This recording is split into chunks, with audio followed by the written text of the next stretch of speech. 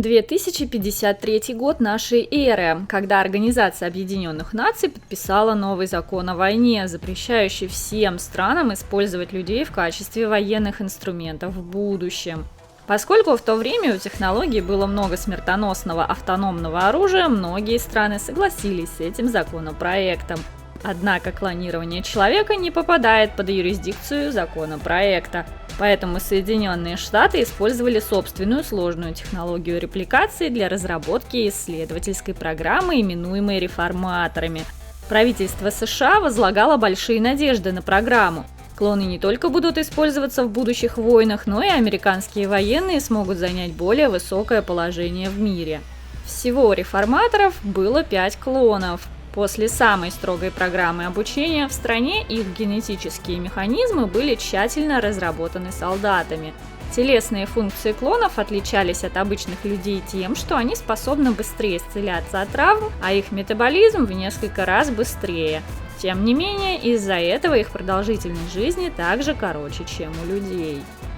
Его зовут Рэй. По сюжету Рэй, главный герой, является первым клоном-экспериментатором и единственным солдатом-клоном, выжившим после гражданской войны с себе подобными. Впоследствии он стал ключом для клонирования, и по этой причине за ним начали охотиться.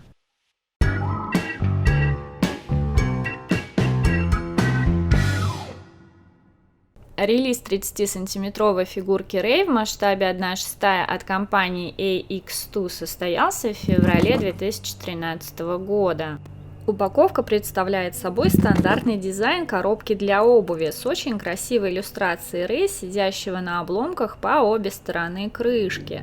Сверху на ней крупно написано название линейки #Boom2. А на одной из коротких сторон крышки можно найти предупреждение, копирайт и прочую информацию по компании. Снизу на коробке присутствует только надпись Рэй большими буквами. Под крышкой 2 слоя. В верхнем сама фигурка Рэй и дополнительная пара сменных кистей. В нижнем аксессуары. Один огромный футуристичный автомат, 2 меча и дополнительная пара обуви, которая была доступна только для первых 100 предзаказов.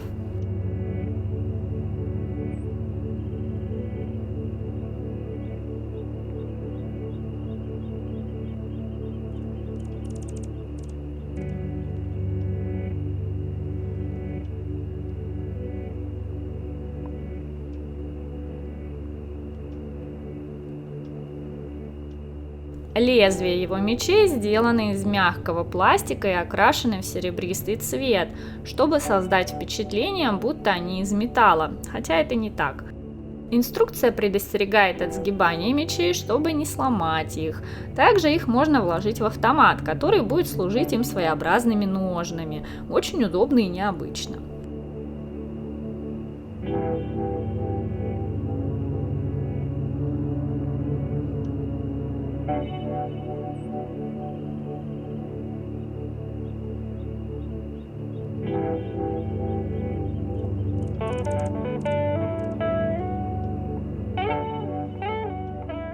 Сам Рэй, помимо защитной куртки грязно-белого цвета, одет в белую футболку с рисунком. Также он носит брюки 3/4, к поясу которых на цепочке прикреплен кошелек.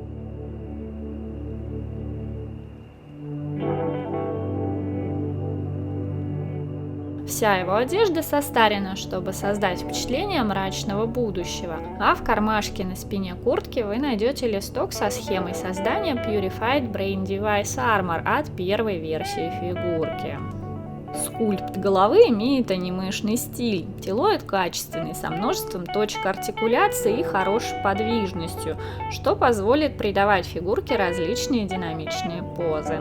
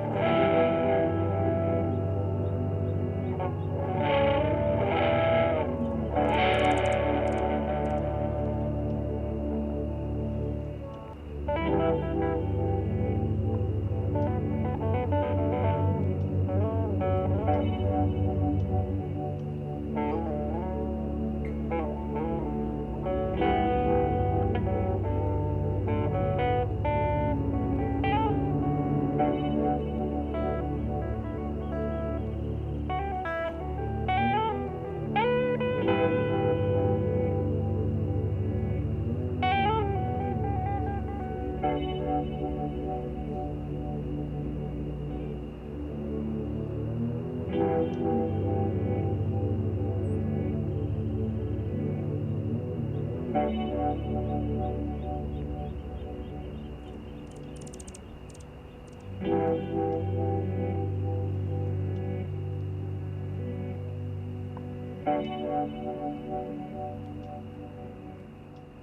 привет! С вами Ларри. Вы только что посмотрели распаковку фигурки Рэй от компании AX2. Если поддержишь видео лайком, я точно буду знать, что тебе понравилось. А теперь переходим к оценке. Но сначала немного ликбеза. Вы, наверное, заметили, что данный персонаж имеет сходство с Tomorrow King от Эшли Вуда. Волосы, перчатки, обувь. Все довольно похоже, но выполнено не так утрированно.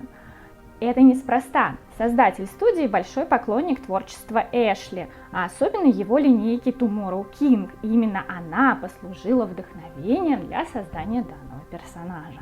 Рэй – это вторая фигурка в серии Boom. Первая называлась Boom – PBD Armor and Ray. PBD расшифровывается как Purified Brain Device. Броня, созданная для поддержания стабильности разума солдат-клонов. Она была выпущена в единичном экземпляре и продана неизвестному коллекционеру. Впоследствии AX2 решили выпустить Boom Series Collection 2 Ray. А теперь к минусам. Подставки нет. Как мне это надоело. Я хочу поставить его на одну ногу. Зачем делать фигурки подвижные конечности, если без подставки это не работает? У меня все, едем дальше. Не знаю, что это такое, но у товарища липкие голени. Они прорезиненные и немного липнут к пальцам. Раньше я липкость встречала только у пластиковых фигурок, а тут прорезиненное место. И если это так задумано, то мне не нравится. Если вы знаете, что это такое и должно ли так быть, напишите в комментариях, мне интересно, правда. Придирка, но я ее озвучу. Скажите мне, а откуда я должна была догадаться, что у него в заднем кармане на куртке есть бумажулька? Ни на коробке, ни в инструкции об этом ни слова. Мне помогло лишь мое любопытство. Молодец! Все остальное можно записать в плюсы. Качество деталей, одежду, скульпт лица, его, кстати, особенно. Мне он из этой версии с голубыми волосами нравится даже больше, чем из первой. Выглядит более анимешно. В свободной продаже его на момент выхода ролика нет. Ищите на форумах коллекционеров или на аукционах. И не надо задавать вопросы мне на эту тему, пожалуйста. Итого, компании за недочеты минус, а фигурка получает от меня значок супер. И я могла бы порекомендовать вам присмотреться к этой серии, но боюсь, что сейчас вы не то что Рэя, вы не купите вышедшего позже в 2015 году Смита Бейкера, третью фигурку из этой линейки. Ну, как третью, она вторая, но порядковый номер у нее третий. Ну, вы поняли. А у меня на этом все. Рада была показать вам красавчика Рэя, надеюсь, вам понравилось. Спасибо, что были со мной до конца ролика и поделились им с друзьями. Я напоминаю, что мы есть на Бусти и в других соцсетях. Все ссылочки будут в описании. Я с вами прощаюсь, увидимся уже совсем скоро в новых роликах. Пока-пока.